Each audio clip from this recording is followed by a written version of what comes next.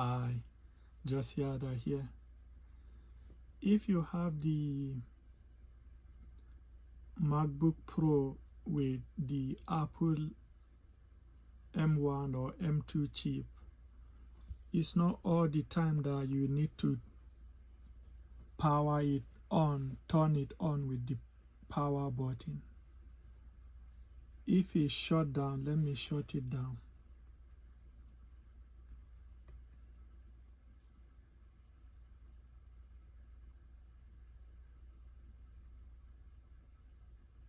See, it's shut down. It comes up automatically. If it doesn't, just use your finger to rub on the trackpad a few times and it will turn back on.